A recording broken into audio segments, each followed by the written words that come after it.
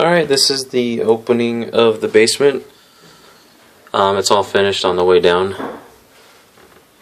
This is the first part here. So, right here, the first to the right, you have our sump pump. It's being covered by this so the kids can't get into it. It's not installed. There's just a big hole in the concrete with water down there. And here's the plug for it. It just goes up to the ceiling there. This is the first window of the 4 windows down here. I'm gonna kind of just give you an overview of the basement, then our idea of what we want to do. Water heater furnace, the one that Chad installed, the brand new furnace that Chad installed. There's the exhaust and intake going outside. So anyways, this is the second window. You come over here. This is the whole basement here. The stairs come right down in the middle. As you can see, this side's a lot bigger. So we want this whole room to be open, is our idea. And at the very end of it, we want a theater room, kind of like. So these columns, there's a steel beam that runs all the way down. And these steel poles, we were just going to like cover them up and just have box, columns. And just have this kind of be like a hallway. But anyways, yeah, we'd like this whole room to be open, maybe like a little exercise place here, and just wide open, like a pool table, ping pong table, or a place for the kids to play. And then as we got closer here, we wanted to kind of do like an enclosed, little wall that would have like a big old opening where you could have, just a couple of leather chairs, and then like the projector would go on that wall there for the theater room. There's the other window. And then over here, we wanted to have a bedroom. Obviously in this phone, it doesn't look very big, but it's actually really big. So we'd like to have the bedroom over here, and then we'd figure, you'd be walking down this way. This would all be open, and you would take a left here, and you would have a little hallway here where you'd have a closet underneath the stairs. You'd probably have a doorway to the bedroom. And then you'd have a doorway to the bathroom. Looks like this is where all the plumbing is for the bathroom, as you can see. Right here. It's about 10 feet wide right here. So we want to keep it probably storage in this corner. That's our plan, we think. It's kind of a little bit, it's not like terribly small right here, but we feel like it might be nice to have some unfinished part of the basement where the sump pump would be. Maybe the wall would come over here and cover up the furnace and the water heater too. And it'd all be unfinished, and it would just end right about like where the bathroom would start. So yeah, that's kind of what we're wanting to do down here. Big, huge, open, great room with a theater room at the end, and then a bedroom back there in the corner.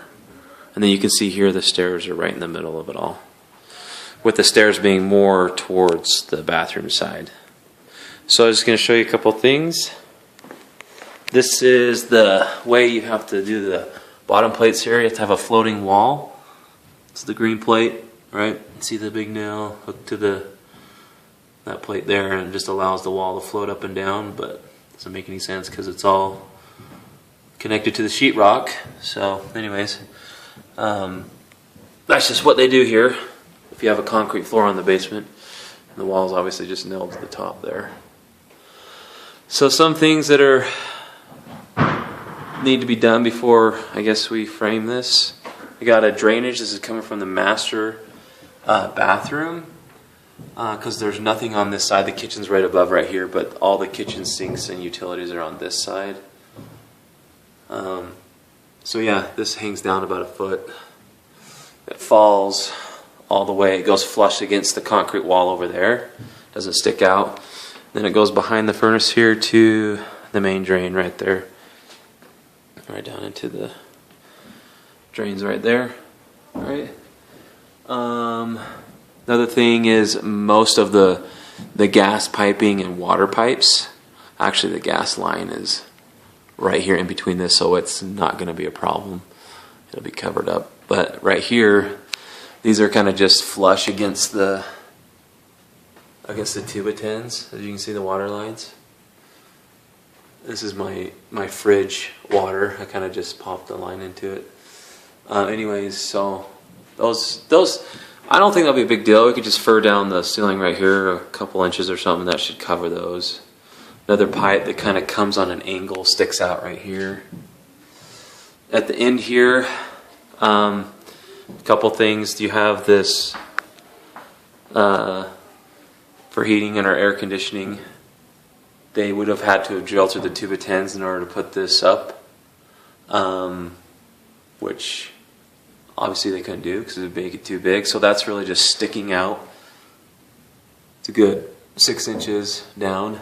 The only other way they could have rerouted this is come over here, come down this, and then make a little jog underneath this and then suck it up into there, but looks like they decided not to do that. This jogs underneath also, sticks out, and then this is the main drain over here. This is part of the bedroom area, so this would obviously stick down into the ceiling. I don't know how we would get this out of the way, but this is not movable. This goes right down in the concrete.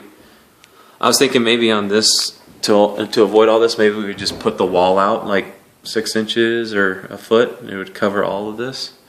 I don't know. And this pipe just is flush to the tuba tins. It sticks out, it's another drain. There's other cords. There's like a cable here. There's a phone line. Obviously they didn't really cover this stuff up. They weren't concerned about it. So yeah, that's pretty much it. Don't know if you have any other questions or concerns, but I'll just give you kind of a panoramic view again. I want to replace the windows too. They're all really old. And that's kind of it. It's pretty big. It's just a big rectangle with the stairs coming down in the middle. Alright.